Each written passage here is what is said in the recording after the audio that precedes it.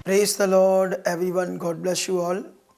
परमेश्वर आप सबको बरकत दे। ये बहुत ही खास वीडियो है आप लोगों की आत्मिक उन्नति के लिए। तो मैं चाहता हूँ कि परमेश्वर के प्यारे लोगों, इस वीडियो को, इस वर्ड ऑफ गॉड को आप लोग सारे शुरू से लेकर अंत तक देखना, क्योंकि हम लोग अभी इस दुनिया में क्या करते हैं ना, कोई भी किसी भी बात को एकदम से लोग डिसीजन लेते हैं, बिना समझे बिना जाने। तो ये होता है शरीर से, बुद्धि से, और इसका रिज़ल्ट होता है ख़राब। तो इसीलिए कोई भी विषय हो, बाइबल की कोई वचन हो, या आपने कहीं से परमेश्वर का वचन सुना हो, कुछ भी हो, तो उसको एकदम से कभी भी मानना नहीं चाहिए। उसे पहले समझना चाहिए अच्छे से, फिर उसे अपने जीवन में मनन करना चाहिए, क्योंकि ये अंत के दिन चल रहे हैं। यहाँ पर बहुत कुछ आगे पीछे होना है, क्योंकि इन दिनों में मुझे खुदा ने बहुत कुछ दिखाया है। जो हमारे मिनिस्ट्री के साथ जुड़े वो तो जानते हैं कि मैं पहले 2020 तक अपनी मिनिस्ट्री में बहुत सारा मटेरियल तेल, पानी, कपड़ा, ऐसी चीज़ें यूज़ करता था। लेकिन लॉकडाउन के बाद खुदाबंद के स्पिरिट ने मुझे ये मना कर दिया। अब उसने मना किया है, मैं नहीं मना हुआ। इसका फल बड़ा आया है। बहुत सारे लोगों को अच्छे से परमेश्वर के साथ चलना आया है, लेकिन बहुत सारे ऐसे लोग हैं जो हमारी मिनिस्ट्री से नहीं जुड़े, उन्हें ये बात अच्छी नहीं लगेगी, उन्हें बुरी लगेगी, क्योंकि वो एकदम से डिसीज़न लेते हैं। ऐसा क्यों?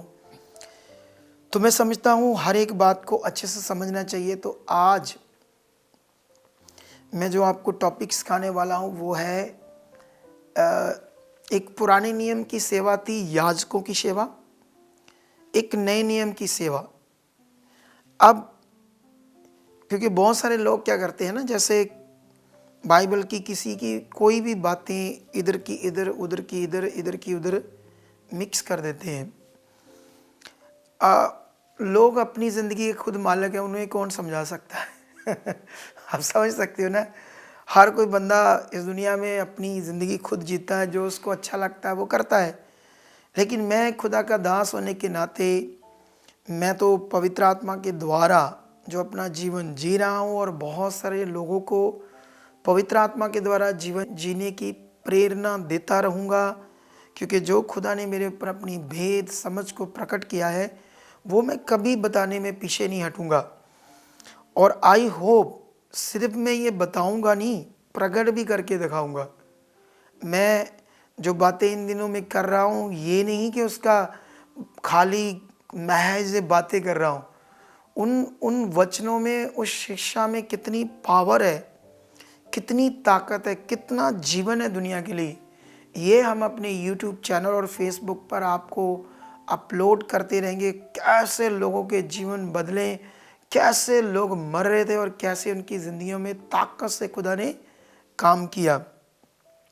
सो परमेश्वर के प्यारे लोगों, हम स्टार्ट करेंगे पहले एक वचन से। ये वचन हम पढ़ेंगे, पहला पत्रस उसका 2:9। यहाँ पर ऐसे लिखा है, पर तुम चुना हुआ एक वंश, राज पदधारी याजकों का समाज, और पवित्र लोग, और परमेश्वर की निज प्रजा हो, इसलिए कि जिसने तुम्हें अंधकार में से अपनी अद्भुत ज्योति में बुलाया है, उसके गुण प्रकट करो। आमेन। अब ये जो वचन है, इसमें ये जो शब्द है, तुम राज पदधारी याजकों का समाज। तो अब बहुत सारे सेवक इस वचन को ये बताते हैं कि हमें याजकों की सेवा मिली है, तुम याजक हो, ऐसे करके बात करते हैं। और नए नए लोगों को जब अभिषेक करते हैं, नियुक्त करते हैं इस काम के लिए, सेवा के काम के लिए, तो उन्हें याजक करके बात करते। खुद भी ये शब्द उन्हें अच्छा लगता है, ऐसे इसकी फीलिंग बड़ी अच्छी है याजक पद की। अब सवाल ये है कि ये जो शब्द है इसका मतलब क्या है। अगर हम पुराना नियम पढ़े तो याजक लोग लेवी गोत्रों से, है ना, लिया जाता था। उन्हीं लेवियों के लिए सिर्फ याजक बनने की सेवा थी, किसी और गोत्र को नहीं ये सेवा का मौका था, जबकि इजराइलियों में 12 गोत्र थे। अब सवाल क्या है यहाँ पर अब ये बड़ा विषय है। अब देखो ना, परमेश्वर का एक पवित्र तंबू का मंदिर है, उसके अंदर एक याजक लोग हैं, और वो लोग क्या करते थे, इज़राइलियों के हर साल जो पाप है उनकी बलि को परमेश्वर की वेदी पर चढ़ाते थे, भेंट की रोटियां चढ़ाते थे, लहू को छिड़कते थे। तो ये वाली सेवा याजकों की थी, और उनके लिए एक नबी था, जो नबी उनसे ऊपर था, जैसे मूसा नबी था, सैमुअल नबी था, और उस समय याजक लोग भी थे। तो याजक का काम ये था कि मंदिर के अंदर तो वो दूसरे आम लोगों से ऊपर के लेवल के माने जाते थे। लेकिन हाँ, अगर हम नए नियम में देखते हैं तो नए नियम की सेवा क्या है, वही पुराने नियम जिनको याजक कहा जाता था, या नए नियम में सेवा करने वालों को कुछ और कहा जाता है।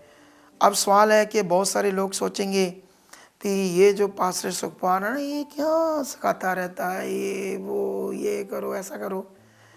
तो ये स्पिरिट है, ये पवित्र आत्मा है।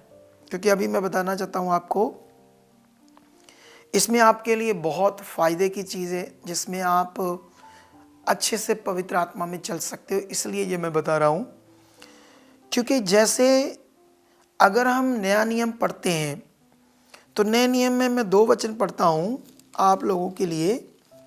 सबसे पहले हम जाएंगे रोमियो 8 अध्याय, उसकी 15 में ऐसे लिखा, क्योंकि तुमको दासत्व की आत्मा नहीं मिली कि फिर भयभीत हो, परंतु लिपालक की आत्मा मिली, जिससे हम हे अब्बा, हे पिता कहकर पुकारते हैं। अब यहाँ पर एक वचन ये पढ़ दिया, अब एक वचन और पढ़ेंगे हम गलातियों में, ठीक है, फटाफट से इस वचन को भी हम देखेंगे परमेश्वर के वचन से, जो हमें मिलेगा 4 अध्याय, उसका 5, 6, 7, 3 वचन पढ़ेंगे।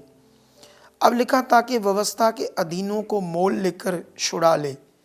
ये किसकी बात हो रही? यीशु की। यीशु व्यवस्था के अधीन पैदा हुआ ताकि व्यवस्था के अधीनों को, उन कानूनों को, जो शारीरिक रीतियां थी, उन्हें मोल लेकर, मतलब अपना जीवन देकर, मोल लेकर हमें उससे छुड़ा ले, और हमको लिपालक होने का पद मिले। एक्चुअली हिंदी, इंग्लिश और पंजाबी, ये लिपालक शब्द का मतलब होता है गोद लिया हुआ बच्चा।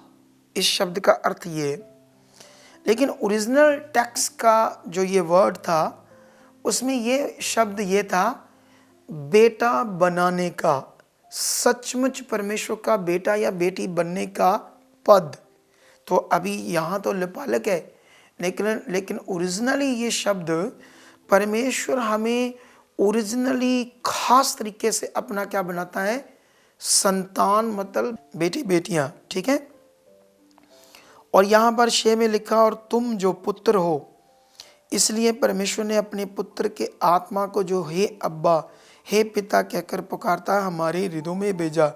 इसलिए तू अब दास नहीं परंतु पुत्र है, और जब पुत्र हुआ तो परमेश्वर के द्वारा वारिस भी हुआ।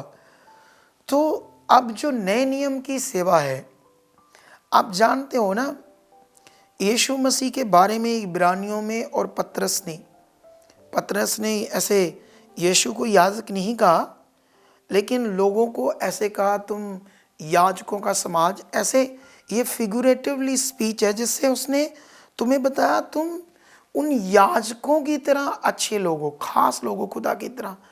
क्योंकि ये वचन उस समय इजराइलियों को, उस समय के विश्वास करने वाले लोगों को बताया गया था, इसलिए ऐसा लिखा गया था, और पतरस को इतना बताया गया था आत्मा के द्वारा। इब्रानियों में भी यीशु का उदाहरण महायाजक और दूसरे महायाजक से ऐसे एक उनको आपस में इनका डिफरेंस करके बताया कि यीशु क्या है। तो यीशु महायाजक था या खुदा था? खुद परमेश्वर था। अब वो इंसान नहीं था, लेकिन वहाँ हमारे समझने के लिए बात हुई है कि यीशु मसीह ने पुराने नियम जैसे महायाजकों वाली सेवा नहीं की। वो लोगों के लिए जानवरों की बलि और उनका लहू चढ़ाने की सेवा करते थे और करते रहते थे। खुद भी वो निर्बल थे, खुद भी उन निर्बलताओं से घिरे हुए थे, लेकिन यीशु ऐसा नहीं है। यीशु उनकी तरह हर साल लोगों के पापों का प्रायश्चित करना और खुद भी अपने पापों के लिए प्रायश्चित करना, ये यीशु ने नहीं किया। यीशु ने उन सबसे बढ़कर सेवा की कि एक ही बार अपने आप को चढ़ाया, अपने लहू को बहाया और उस काम को कर दिया जो कोई भी याजक नहीं कर सकता था।